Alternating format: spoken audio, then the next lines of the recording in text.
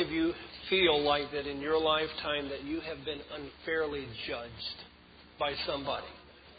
So that's maybe a couple of you felt like. Now, let me ask you another question. How many of you feel like that there may have been times when you have judged somebody unfairly? My. Lord, help these sinners. I kid you there in that regard. Well, today I want to talk about what is seemingly a very simple scripture, but very complex out of Matthew chapter 7. In the middle of the Sermon on the Mount, Jesus makes this in Matthew 7, verses 1 through 6. And we're all familiar with, judge not that you be not judged. So how does that play out in a Christian's life? How does that play out in the world in which we live in? How do we deal with that? How do we deal with other people's understanding of judge not so you be not judged? What is Jesus saying? I was doing some research on this particular one, and I just went on the internet and I looked up sermon and judging, and interesting enough, I found a sermon, and it was talking about all the attitude of being critical. That this is what Jesus was talking about, and the person went through in that particular sermon. And I'm just, at this point, I'm trying to explain, though there's an element of judgment in all of this. I hope you understand.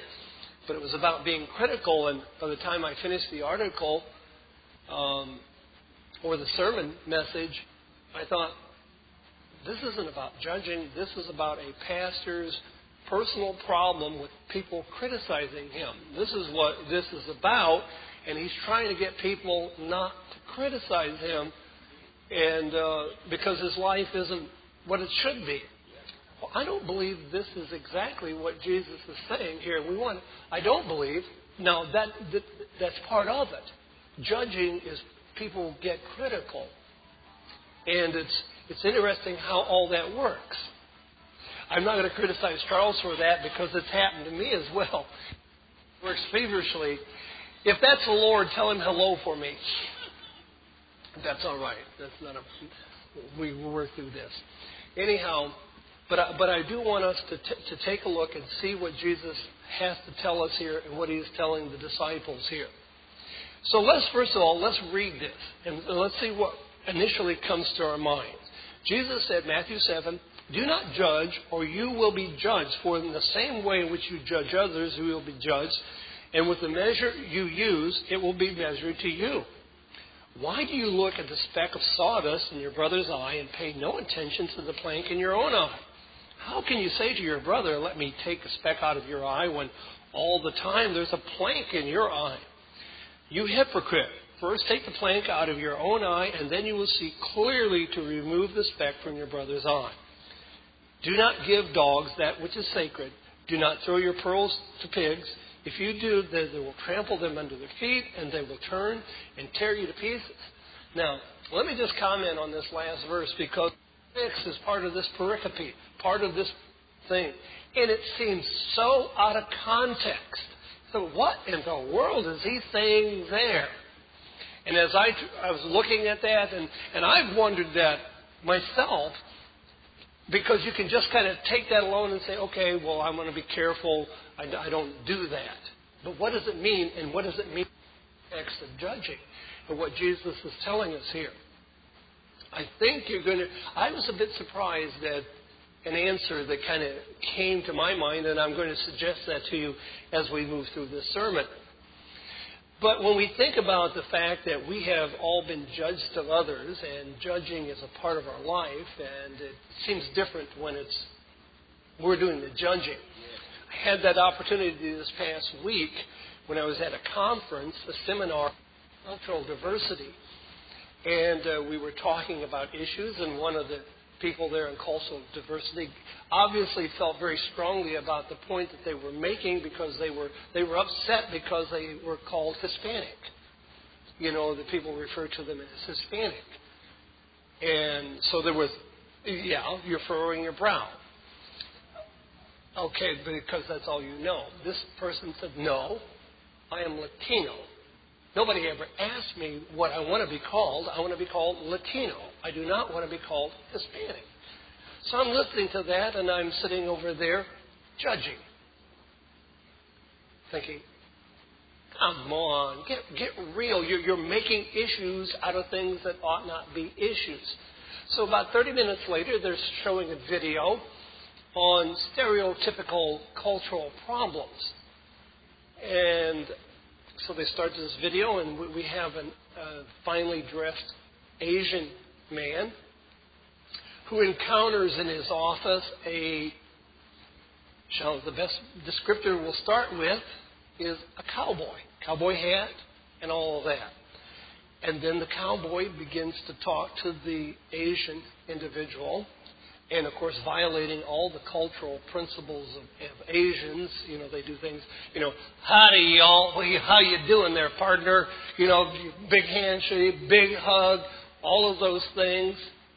And continues to talk and talking redneck, southern. And I sat there and then I began to boil.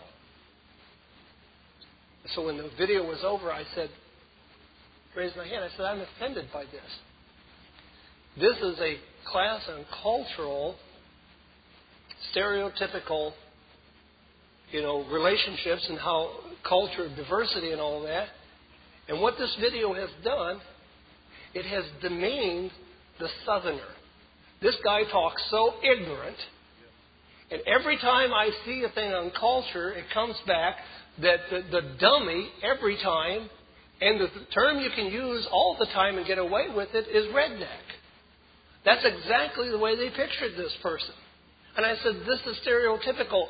Y'all laughed at this and said, yeah, that's a dumb redneck.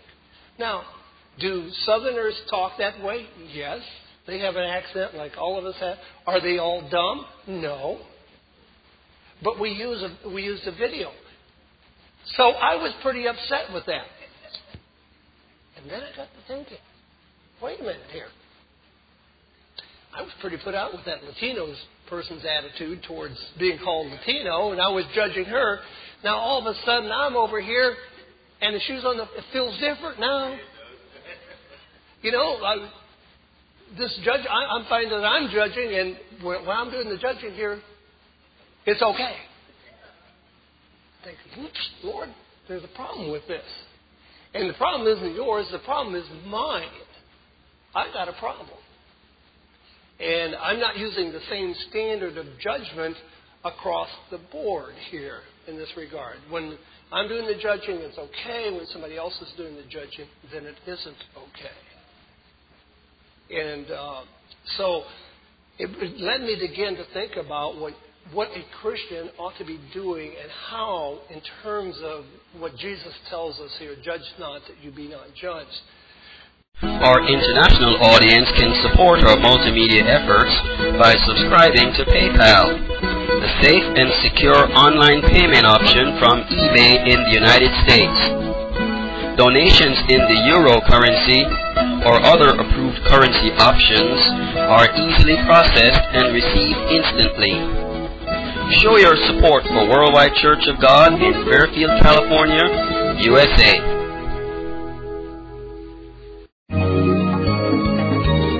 The Worldwide Church of God Fairfield is located in the San Francisco Bay Area, and we welcome all to come and worship with us, to take the Lord's Supper with us, and to fellowship with us every week. Why not take a closer look at what we have to offer? Worship services are held every Saturday at 12 noon at 300 Marigold Drive in Fairfield, California. We'll see you there.